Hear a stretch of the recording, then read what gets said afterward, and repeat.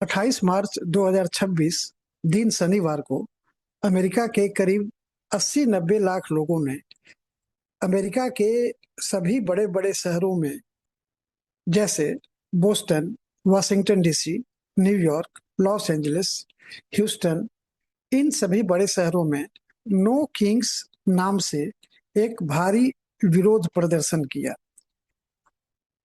यह विरोध वहां के राष्ट्रपति और उनकी टीम द्वारा लिए जा रहे निर्णयों एवं निर्णय के तौर तरीकों पर विरोध जताने के लिए किया गया है। लोगों की नाराजगी इन निर्णयों से तो है ही, इसके तौर तरीके पर भी है। कांग्रेस से सहमति नहीं, लोगों से अनुमति नहीं, लोगों को यह मंजूर नहीं है कि जो भी डिसीजन हो रहा है वो एक राजा की तरीके से लिया जाता है। कोई लोकतांत्रिक प्रक्रिया अपनाई नहीं जाती है और इसका जो प्रभाव है, इसका जो इम्पैक्ट है, वो सामान्य जनता को और पूरे देश को भुगतना पड़ रहा है। पूरे देश ही नहीं बल्कि पूरे विश्व को भुगतना पड़ रहा है। तो इस बात से लोगों को काफी नाराजगी है और यह नाराजगी जब से इनका दूसरा कार्यकाल शुरू हुआ है वहां के राष्ट्रपति का, तब से यह जो विरोध प्रदर्शन है वो चलते आ रहा है। अगर आप देखेंगे तो जनवरी 2025 से, जब से इन्होंने अपना दूसरा कार्यकाल संभाला है, तब से कई प्रकार के विरोध प्रदर्शन का आयोजन पूरे अमेरिका में हुआ।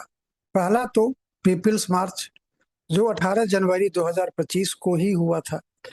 उसके बाद में 50-51, यानी कि 50 प्रोटेस्ट्स, 50 स्टेट्स, वन ऑब्जेक्टिव। तो ये आपका 50-51 प्रोटेस्ट जो है वो भी फरवरी 2025 में ही हुआ।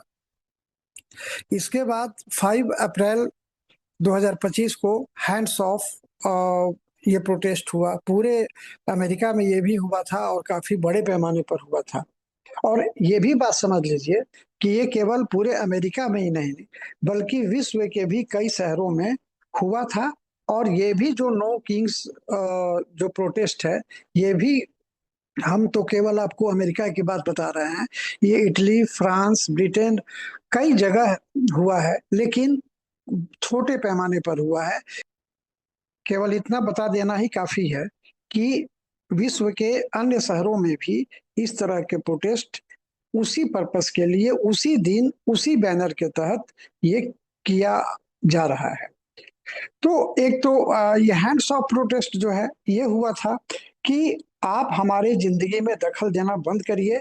आप राष्ट्रपति चुने गए हैं और आप उसी के तौर तरीके से काम करिए। तो आप लोगों को परेशान करना बंद करिए। तो ये हैंड्स ऑफ प्रोटेस्ट हुआ था। इसके बाद नो किंग्स प्रोटेस्ट 3 बार हो चुका। एक 14 जून 2025, 18 अक्टूबर 2025 और 28 मार्च 2026। तो ये 3 बार हो चुका। और ये नो किंग्स प्रोटेस्ट का जो ऑब्जेक्टिव है ये बताना है कि आप हमारे राष्ट्रपति चुने गए हैं, आप हमारे राजा नहीं चुने गए हैं। राजा और राष्ट्रपति में अंतर ये होता है कि राजा की बात, राजा का डिसीजन ही सर्वोपरि होता है। कोई कानून, संविधान उस पर लागू नहीं होता है। लेकिन यहाँ आप राष्ट्रपति चुने गए हैं, लोकतांत्रिक प्रक्रियाएं हैं, लोकतांत्रिक संस्थाएं हैं, आपको उनके नियम कानून को फॉलो करके ही आगे बढ़ना होगा। तो आप किंग नहीं हैं और हमको किंग नहीं चाहिए, क्योंकि 1776 से ही अमेरिका में राज सिस्टम, राजा का जो सिस्टम है वो बंद हो चुका है और वहाँ लोकतांत्रिक प्रक्रिया से काम होता है। तो लोगों का एक ही मैसेज है अपने राष्ट्रपति को कि आप राजा की तरह व्यवहार नहीं करें।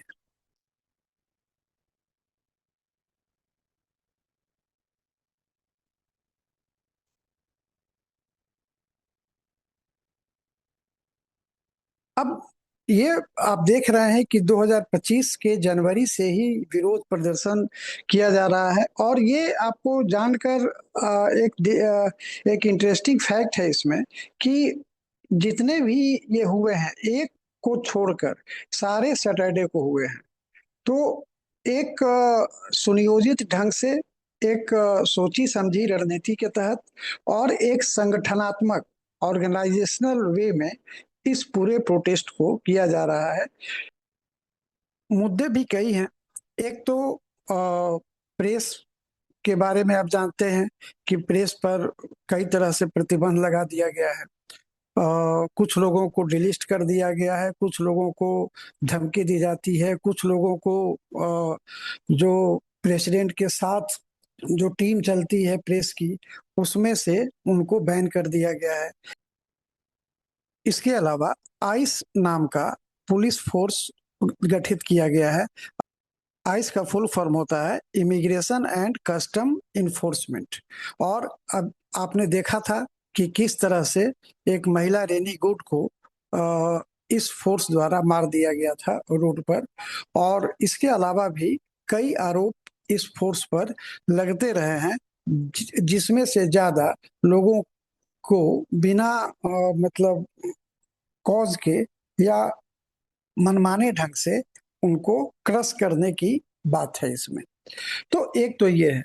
दूसरा कि कई यूनिवर्सिटीज को आपने देखा कि फंड देना बंद कर दिया गया, ताकि क्योंकि वो राष्ट्रपति के डिसीजंस या फिर उनके काम करने के तौर तरीके से सहमत नहीं थे।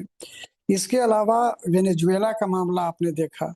इसके अलावा अभी आप ईरान का युद्ध देख रहे हैं।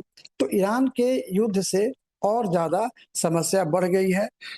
लोगों का कहना है कि यह युद्ध हमारा नहीं है, और युद्ध जनता के हित के लिए हो सकता है अगर जरूरी हो तो। लेकिन इस युद्ध में जनता का हित कहीं दिखाई नहीं पड़ता है, और यह राजा के ईगो या उसकी इच्छा के अनुसार नहीं किया जाएगा। अमेरिका में करीब 70% लोग इस युद्ध के खिलाफ आज के समय में हो चुके हैं। गैसोलीन और अन्य जो एनर्जी प्रोडक्ट्स हैं, उनकी कीमत बढ़ रही है। और इस तरह से एक तरह से अमेरिका में कई डिविजन्स हो रहे हैं और लोग परेशान हैं।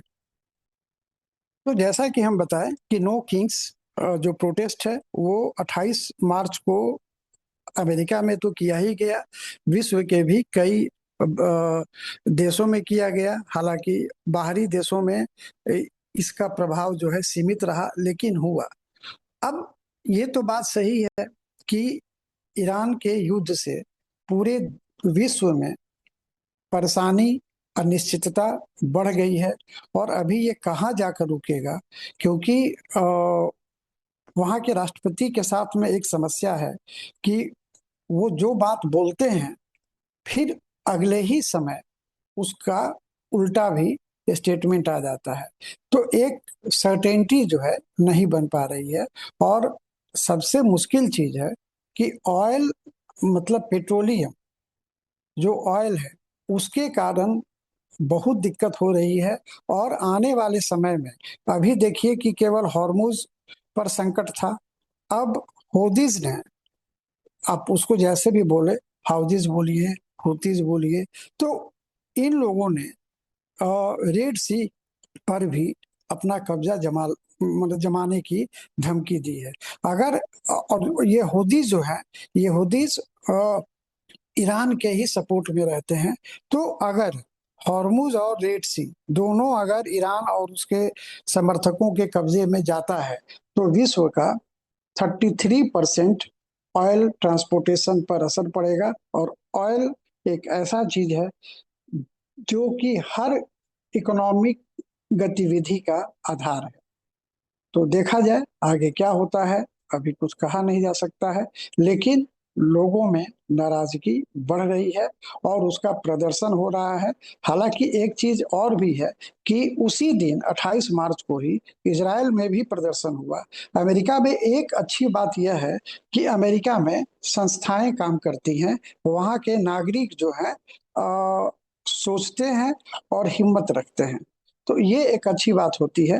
हालांकि जब पहली बार जो पहला कार्यकाल था उनका और उसके अंत में जो चुनाव हुआ था जिसमें वो हार गए थे, और जिस तरह से कैपिटल हिल पर अपने समर्थकों को बुलाने का जो आरोप लगा था, उसमें एक चीज तो देखा जाए कि वो घटना भयंकर रूप ले सकती थी अगर अमेरिका की संस्थाएं इतनी मजबूत नहीं होती। तो अमेरिका में संस्थाएं काम करती हैं। पुलिस ने भी इस विरोध प्रदर्शन पर बहुत ज्यादा हमला नहीं किया और उनको प्रताड़ित नहीं किया, हिंसा का प्रयोग नहीं किया, जैसा कि उसी दिन उसी तरह का आयोजन इजराइल में भी हुआ था, लेकिन वहां पर पटक पटक के मारने की खबर, वीडियो और फोटोज सोशल मीडिया पर आ रहे हैं।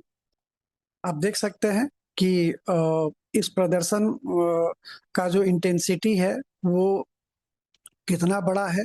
अमेरिका जैसे देश में इतने लोगों का एक साथ इकट्ठा होना, ये आप देख रहे हैं कि वहाँ के कैपिटल हिल है।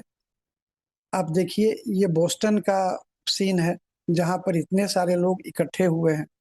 आप इसको भी देख सकते हैं कि किस ढंग से लोग जो हैं वहाँ पर जमा हो रहे हैं। तो इन सभी गतिविधियों पर आप नजर बनाए रखिए। एग्जाम के लिए आपका इम्पोर्टेंट है और इस पे रटने या क्वेश्चन बनाने से नहीं होगा। इस पर आपको एक अंडरस्टैंडिंग डेवलप करना पड़ेगा, तब जाकर आप अच्छे से, हो सकता है कि इस पर लॉन्ग क्वेश्चन, ऑब्जेक्टिव क्वेश्चन और कभी ऐसे भी आ सकता है। तो आप बनाए रखिए और हम भी अपडेट आपको देते रहेंगे। तब तक के लिए थैंक यू।